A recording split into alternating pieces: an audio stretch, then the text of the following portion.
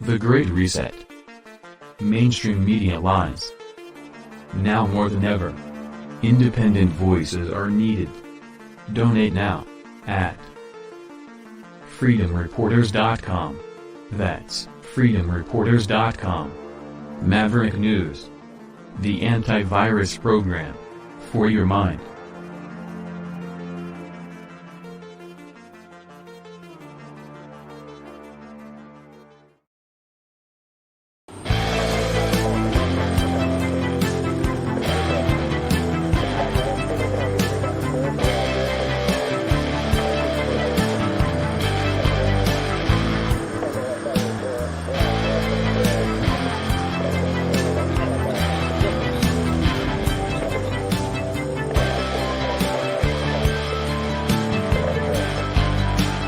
Maverick News.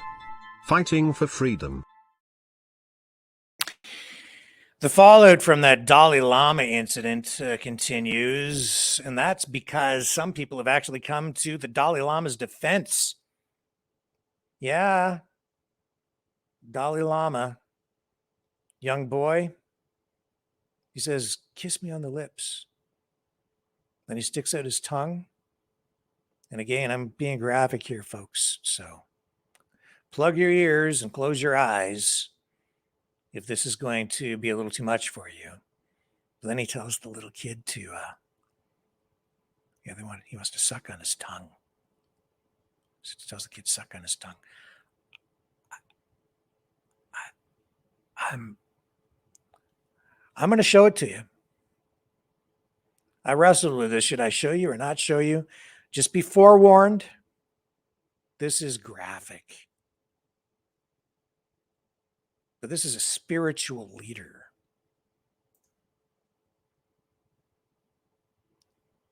There he is. There's the young boy. Do you guys want might run this or not? Should I show you? Do you want to see it? We saw it. You guys tell me yes or no. I'll let you decide. Mouth says run it. Everybody's saying run it. Run it, run it, run it, run it, run it. Yeah. This is reality. And it is news. Here we go. Unbelievable.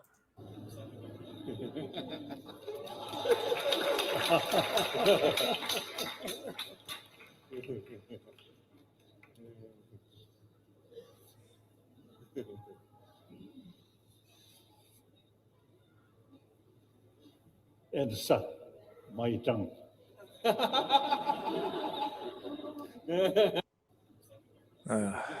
Okay.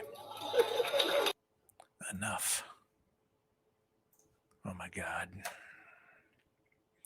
So we didn't get the whole thing there, but you saw what happened, and it happened. It was cut just before, so you know. Unbelievable. Well, some have actually come to his defense. Jim Mickelson on from Rolling Stone was on CNN on a panel. He defended the Dalai Lama and others too. I mean, it's just beyond me. How do you defend that? Why would you defend that? Oh. And he's not the only one. Here's Megyn Kelly was dealing with this on her show online, discussing it. I'm just going to run some of that. Here's more fallout. The Dalai Lama, I think this happened in Tibet, is over there in some sort of a ceremony. And I mean, literally, I don't think I've ever done any Dalai Lama news. It's like he talks to Oprah and other people who call him the spiritual leader, whatever. And the next thing you know, these children are going up to the Dalai Lama, the spiritual leader, and we can play you the clip. do we have sound on this clip, you guys? He kisses this young boy. We'll fix it. He kisses this young boy, and then in English, he sticks out his tongue and he asks this young boy to suck his tongue. He's doing it right now. If you're watching on YouTube, he sticks out his tongue and he's asking the young boy to suck it. And the boy is moving in. It's absolutely disgusting. I will never look at this man the same again. I am done with the Dalai Lama. Not that I had any relationship with him, but this is sick behavior. I don't care this is not defensible. And yet we are seeing some defense of it. The Dispatch today, which is, Jonah Goldberg's publication, Steve Hayes, they put it in their newsletter as presented without comment. Why? Fucking comment. It's disgusting. That's pedophilic behavior. That deserves you're disgusting and somebody needs to investigate whether you've done more behind closed doors. That's not presented without comment. What are you doing, Jonah Goldberg?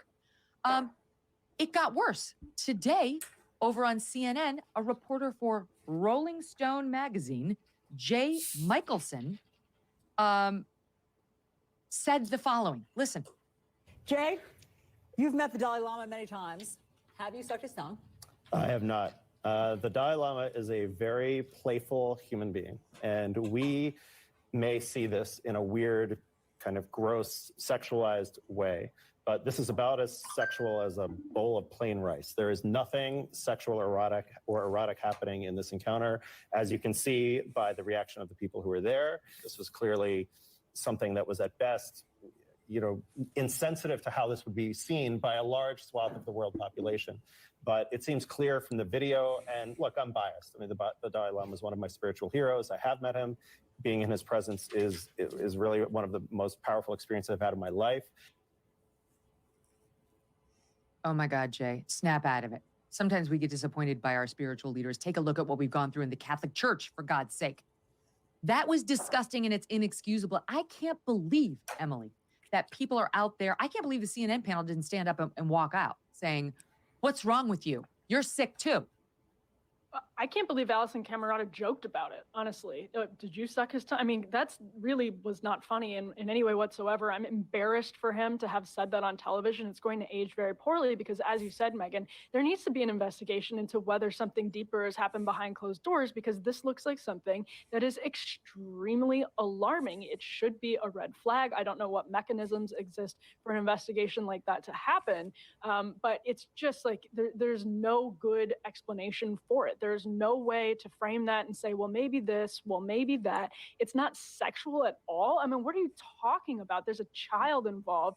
To sit back in your little comfy chair on a CNN panel and make that determination for the child, this is just like a really, really disgusting place to go. And again, I suspect it may not age well because maybe there's more that we're going to learn under the surface of this. It makes absolutely no sense. There's no way to sugarcoat what happened there. And I think a lot of things should be called into question because of it. Maybe it's an aberration. Maybe this is a one-off. Maybe. But I just have a hard time believing that, and at least think that somebody should be digging deeper now because, if it is a one-off, it seems to me that would be an exceptional case. How dare he try to normalize this obviously sexual encounter between the Dalai Lama and this young boy. It was an exploitation by the Dalai Lama of a young boy who didn't know any better. And you could see the boy looked uncomfortable when the Dalai Lama asked him to suck his tongue. I'm told that in Tibet, it is common for people to stick their tongues out at other people. It doesn't mean what it means over here. That's not an unusual practice as it is here. Sucking somebody else's tongue, I'm told, is not usual at all. And what the Dalai Lama did was inarguably inappropriate, Eliana, to the point where the Dalai Lama had to come out and apologize. The international community was horrified by what they saw there. It's stunning to me that there's any hesitancy to call it out for what it is. I think that's the key thing. This is something that the Dalai Lama has already come out and indicated wasn't right. And what raised my spidey sense was if this is something that he's comfortable doing in public, it does raise some questions about what is happening in the places that we can't see, because it is a very strange and abusive thing to do to a child in the public eye. But apparently he didn't anticipate the blowback of that, and that raises, I think, a lot of other concerning questions. I feel like this is too close. Anybody who defends this, you're getting us closer and closer to the normalization of the exploitation of children. And that is just a hard line we don't cross. Jonah, I'm sorry. I like Jonah. I like the Dispatch. I'm one of the founding contributors to the Dispatch. It's not that I agree with all of his positions, but I like his newsletter. You don't, no. The answer to this problem is not presented without comment.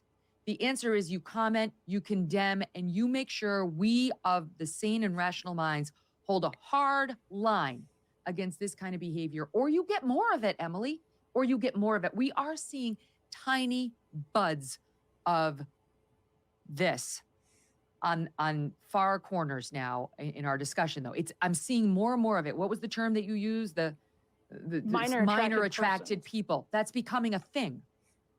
Quickly. It's quickly It's actually becoming probably on that Stanford list. You can't say pedophile. You have to say minor attracted people. right. And so I went back and looked at what I was referring to from 2015. It was at the University of New Hampshire, and they said you couldn't use the word American, and that caused all kinds of consternation at the time.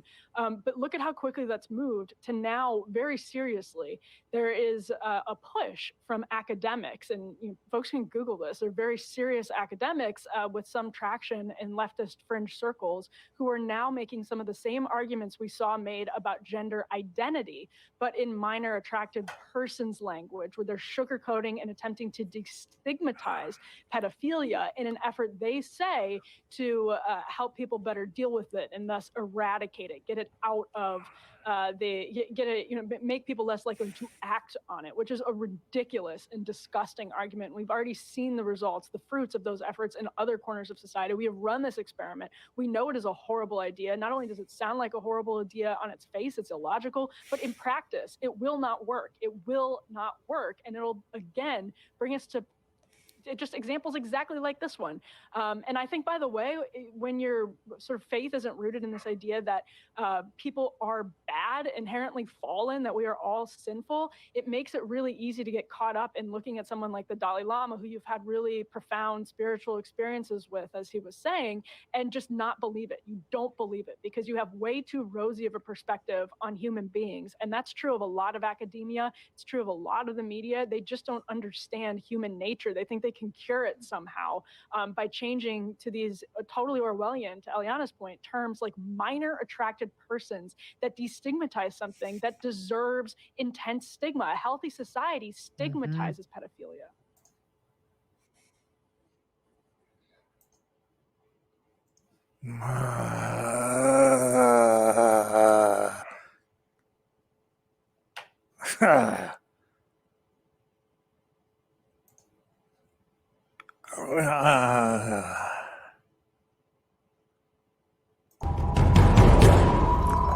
We are Mavericks. We say no to the Trudeau and Biden New World Order. And to bugs. Because bugs are creepy and gross. And people should not eat bugs. Maverick News.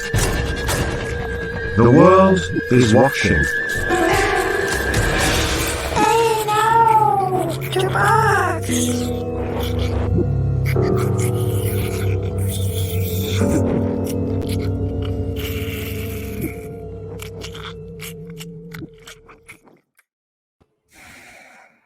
Okay, let's move on.